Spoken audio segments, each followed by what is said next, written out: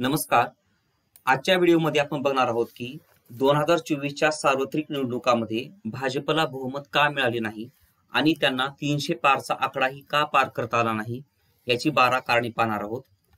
2014 मध्ये नरेंद्र मोदी हे देशाचे पहिल्यांदा पंतप्रधान बनले. त्यानंतर 2019 मध्ये ते दुसऱ्यांदा पंतप्रधान बनले.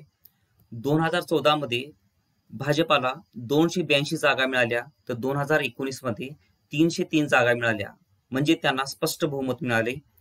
2024च्या निवडणुकामध्ये त्यांचा एक नारा होता की अबकी बार 400 पार आणि एकट्या भाजपाला 370 पेक्षा जास्त जागा मिळतील.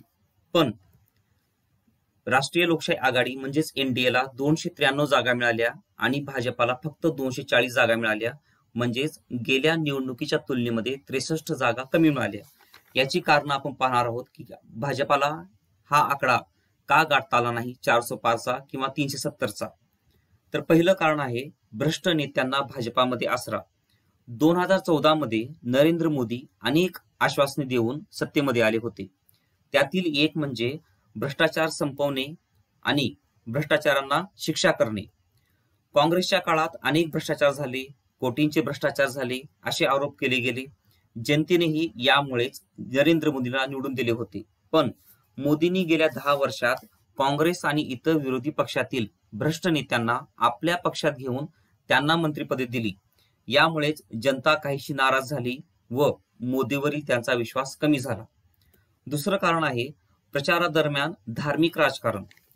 निवडणूक प्रचारामध्ये मोदीजी तुरळकच विकासावर बोललेले पाहायला मिळाले. त्यांच्या बहुतांश भाषणामध्ये त्यांनी हिंदू मुस्लिम यावर भाष्य केले. हिंदू धोक्यात आहे, काँग्रेस सत्तेवर आली तर मुस्लिमांचा विकास होईल, ते तुमचं मंगळसूत्र काढून घेतील, म्हैस घेऊन जातील, अशा अनेक बाबी लोकांना खटकल्या. पंतप्रधान पदावरील व्यक्तीने अशी भाषा वापरणे योग्य नाही, त्यामुळेच जनतेला याबद्दल नाराजगी वाटली. भाषणामधील अशोभनीय वक्तव्ये. 140 कोटी लोकांच्या विशाल लोकशाही देशामध्ये प्रधानमंत्र्यांची भाषा ही सुसंस्कृत असावी.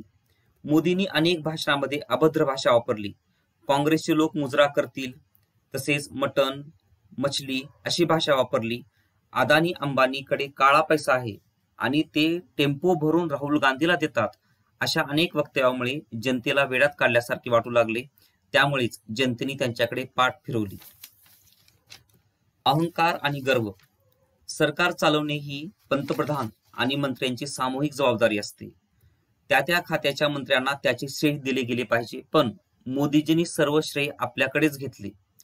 फक्त मीच देश चालवू शकतो, फक्त मीच देश चालवतो, मला सर्व खात्याचे आणि सर्व विषयाचे ज्ञान आहे, असा आविर्भाव होता.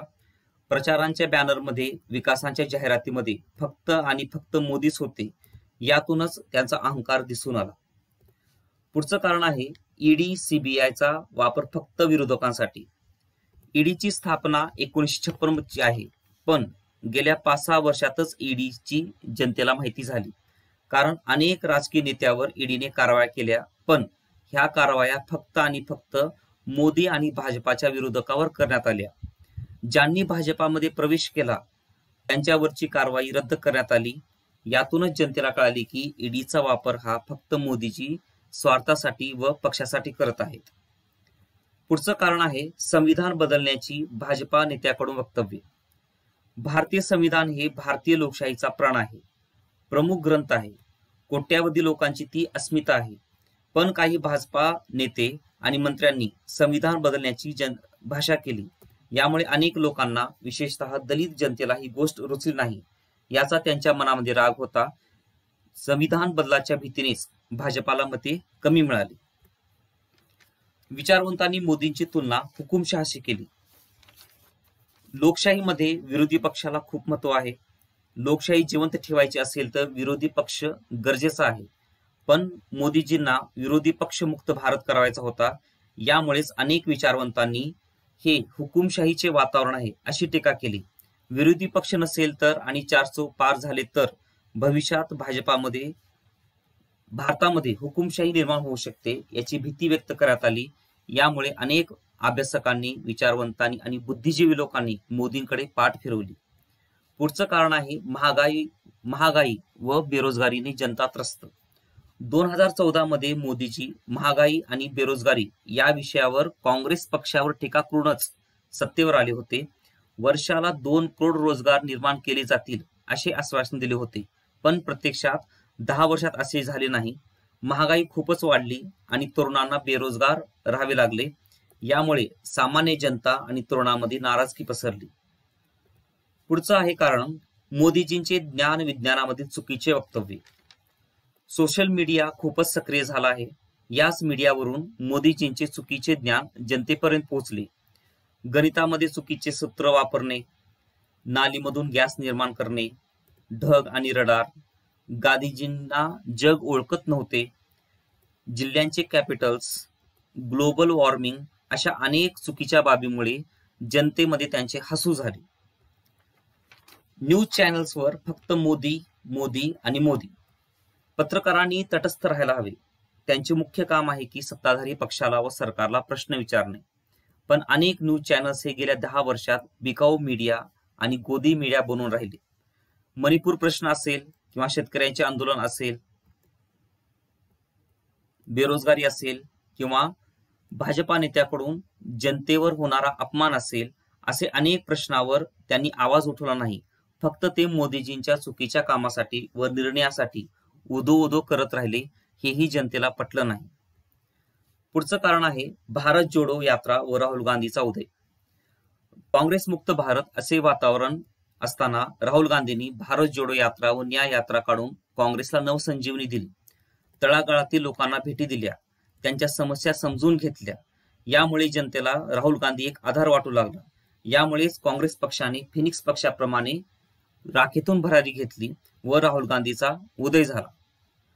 पुढचं कारण आहे मोदीजींचा स्वतःला दैवत्व प्राप्त करून देण्याचा प्रयत्न. मी बायोलॉजिकल नाही, माझा जन्म सामान्य मानवाप्रमाणे झाला नाही, मला देवाने पाठवले आहे, मी परमात्म्याचा अंश आहे, अशी भाषा मोदीजी प्रचारादरम्यान करू लागले. इथपर्यंत की त्यांच्या भक्तांनी मोदीजी विष्णूचा अवतार असल्याचा दावा केला. यावर मोदीजींनी भाष्य केले नाही, उलट मी देवाचा अंश आहे असे ते म्हणू लागले. त्याचे समर्थन करू लागले. धार्मिक आणि आध्यात्मिक हिंदू लोकांना ही गोष्ट तर अतिशय खटकली.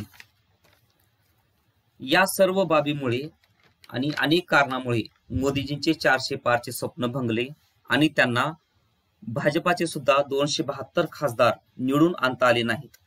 मी आशा करतो की याचा विचार ते व त्यांचे समर्थक नक्की करतील आणि पुढील काळात देव म्हणून नाही तर माणूस म्हणून कार्य करतील. धन्यवाद.